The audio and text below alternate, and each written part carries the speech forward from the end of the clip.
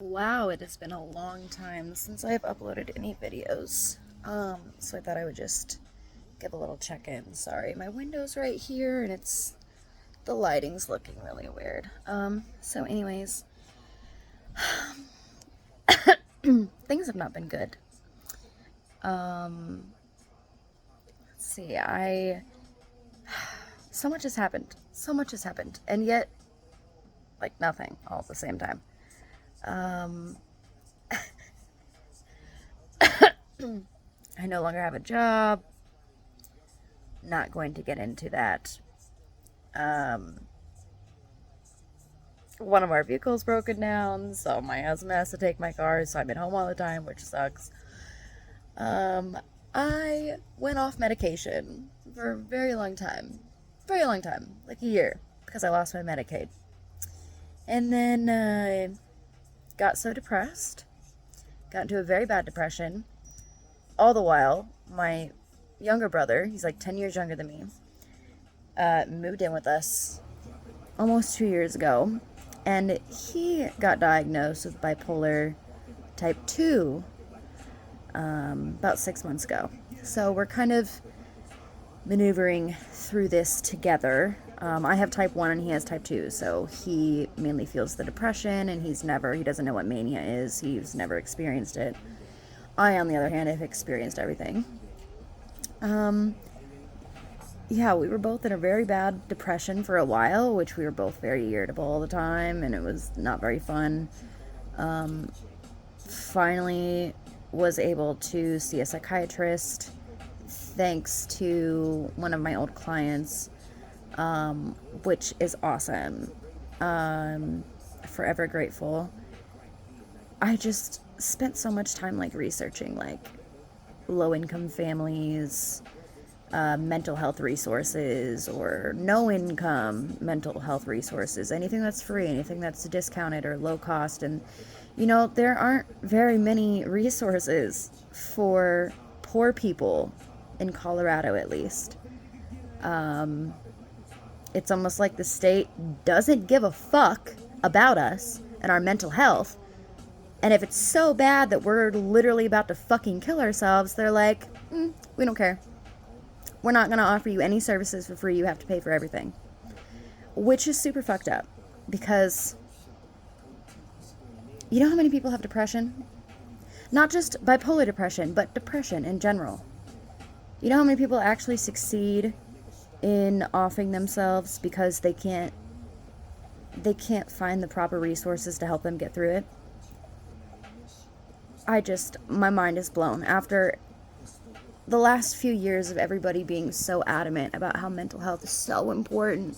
So important to take care of your mental health. Now there's even a law in Colorado where if you can call in for, a sick day, like I'm sick, but if you call in to your manager, your boss, or whatever, and you're like, I'm not having a good mental health day, they have to give you the day off.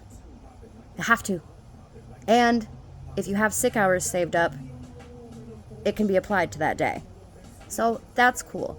But as far as the resources for people who apparently make too much money for Medicaid, which is fucking false, because when you apply for Medicaid, they ask you about bills like your, I think it's like your electric and your rent and your phone bill. Do you know that personal loans exist? Because people get so far in debt that they have to take out a personal loan to pay off shit. Do you know car notes exist? Like, nobody here owns their fucking car. Everybody here drives expensive ass fucking vehicles, and it takes years to pay them off.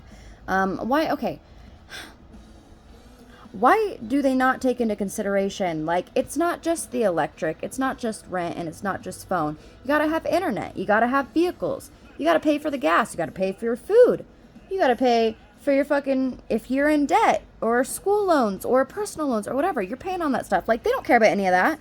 Like, yeah, we're barely getting by, and yet I still can't be on Medicaid, even though I don't work, because my husband apparently makes too much money. False. Fuck this country, I'm done. I just don't know what to do anymore. So anyways, luckily I found a psychiatrist who the first appointment was paid for, and then she's gonna try to find like cheap medications that will be effective, and she's giving me a discount on the price of my appointments because she knows I'm paying out of pocket. So that is awesome. Bless her heart. I see her again next Wednesday because it will be a month since I have seen her for the first time. And she put me on Latuda, and I was on it before, but I was on a very low dose for like a month and it did nothing. So she said that if after a month I feel like it's not helping me, we can up the dose. Problem is, I feel like it's helping. I wasn't having suicidal thoughts. I haven't had any of those since almost 5 years ago when I attempted, but it was bad. Every single day it was like crying and like, what am I doing with my life? Where am I going? Why am I even here? It would just be better off if I wasn't here. Nobody would have to feel sorry for me. Nobody would have to help me. Nobody would have to deal with me. I wouldn't have to deal with any of this shit. Like, it was bad. And like, I still have those thoughts from time to time, but it's nowhere near as bad as it was. Because before it was like a constant all day, everyday thing. And now it's just maybe once or twice a day. It's like, what's the point in any of this? What are we doing here? Like, what?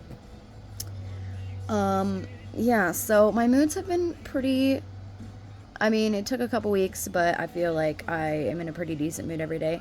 My problem I'm having now is my irritability, because most days, like, for one, the Latuda definitely is making me tired. Like, I'm feeling groggy most days, and I can't get anything done. I just don't do shit on those days, which is usually about 3 or 4 days of the week. All the other days, I'll wake up, I'll have a great morning. I'll study. I'm studying for my GED, by the way. I'll study 8 to 11 every morning, Monday through Friday. That's what I always do. And I'll study, I'll call my mom, I'll diamond paint, I'll do the dishes, I'll clean up, do whatever for a little bit. And then usually in the afternoon, it's like irritability just fucking smacks me in the face. Excuse me, really hard. And yeah, now I'm just like, I'm yelling at my dogs because they're too slow and they won't come in the house when I want them to come in, and fucking, I just want to smoke 1,000 cigarettes because I just feel constantly irritable. And like, my husband comes home and like, all I want to do is like fucking choke him because like, I just can't deal with any of this anymore. Like, why? And after all these years of research, irritability is something that is just a side effect of having bipolar disorder. Yes, it is more prominent. I'm having severe memory problems, by the way, like bad. I'm forgetting common words like table and chair and soap, like dumb things. Anyways, yes, irritability is more prominent when you are in a manic episode, which anybody who knows anything about bipolar disorder or has had it or done the research or whatever for X amount of time, they would know about that. But what I didn't know is that it is a constant symptom whether you're depressed, manic, or at your baseline. And I hate myself.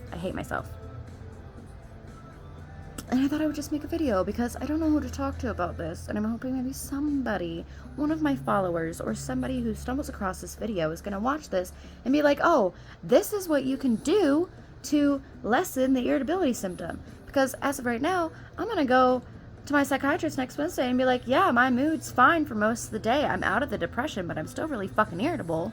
What is she going to tell me to do? What am I going to have to do? I don't know. Yeah.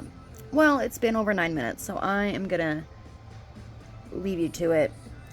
Do whatever you do. I hope that y'all are taking your meds and going to your therapy or, doing whatever you need to do and not... I know every now and then you think you've been on medication for so long. Everybody goes through it.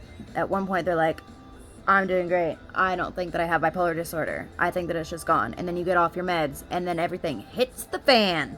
Shit hits the fucking fan. Don't do it, okay? You have bipolar disorder. You are on medication for a reason. Just because it is working and you don't feel crazy and you're at your baseline all the time and you feel great, it does not mean you don't have bipolar disorder. Do not make the same mistake that I did. I have gone off meds like 4 different times because I would be doing so well. I would think like, oh, I don't have bipolar disorder. Bitch, no. It's because you're on medication. Medication is making you feel somewhat normal. Okay, bye.